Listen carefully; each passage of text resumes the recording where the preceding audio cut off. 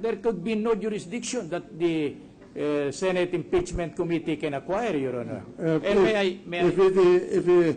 If the issue of probable cause could be decided on the prosecution side as well as in the court itself, this is my understanding of the rule in the ordinary courts, in criminal cases. We appear to be quite insistent on this particular matter, Your Honor, because we have sought guidance from the jurisprudence of the Honorable Supreme Court in connection with this matter. More particular, the point that whether probable cause could be raised even after the remand of the impeachment case to this Honorable Supreme Court. But in the case of Francisco, the articles of impeachment has not reached this court. The case arose out of the proceedings in the House of Representatives. And so therefore,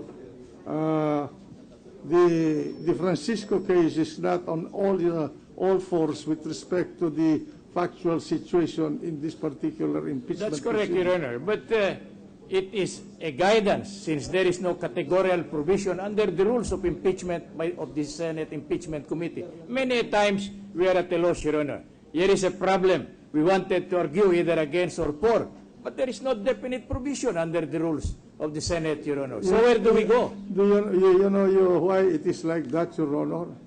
Because there is no appeal in the decision of this court.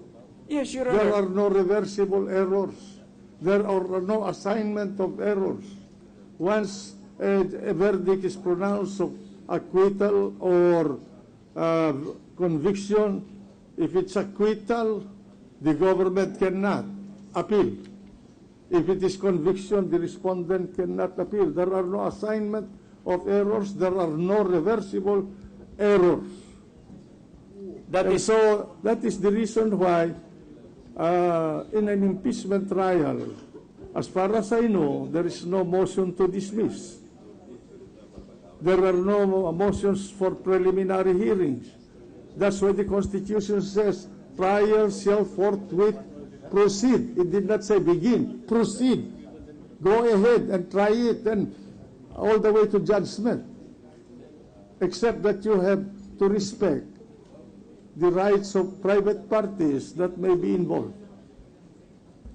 Well, we were this insistent, Your Honor, because we are worried about the resulting consequences of the aforesaid pronouncement, Your Honor, with due respect to the Honorable Court, on the impeached public official, Your Honor.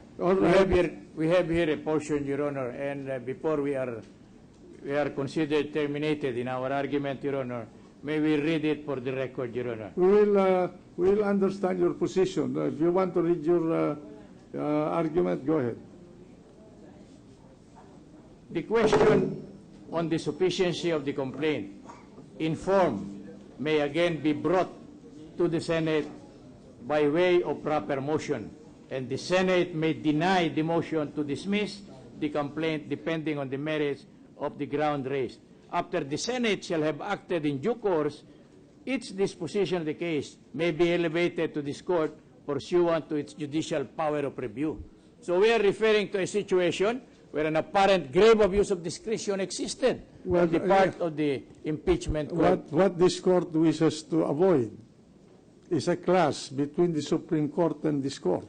Because, frankly, I must say that this court is not willing to surrender its power to make a judgment in impeachment cases. And so, if the decision of this court with respect to the existence of probable cause is reviewable by the Supreme Court, then, in the opinion of this presiding officer, and I think as well as of this court, that will mean that the Supreme Court will override the judgment of this impeachment court. And so therefore, with most regret and with due respect to the Supreme Court, we will deny any interference in the judgment of this impeachment court. Mr. President. Well, So, we trial suspended, I will consult the members of the court. thank you, Your Honor. Thank you, Your Honor. Mr. President,